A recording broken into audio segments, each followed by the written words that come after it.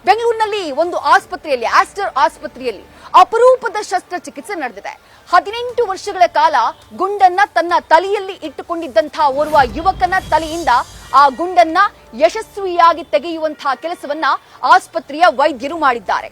ಬೆಂಗಳೂರಿನಲ್ಲಿ ನಡೆದಿರುವಂತಹ ಒಂದು ವಿಶೇಷವಾದಂತಹ ಪ್ರಕರಣ ಇದು.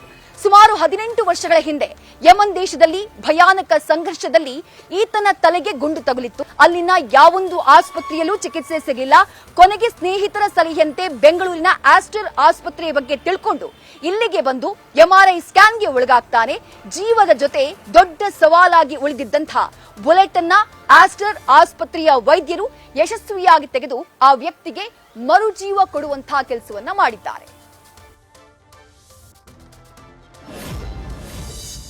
ಬಂದಾಗ ಅವರು ಬಂದಿದ್ದು ಒಂದು ಮೇನ್ ಕಾರಣಕ್ಕೋಸ್ಕರ ಅವ್ರ ಕಿವಿಯಿಂದ ಸೋರ್ತಾ ಇತ್ತು, ತುಂಬ ಕಿವಿ ನೋವು ತಲೆನೋವು ಅಂತ ಬಂದಿದ್ದು.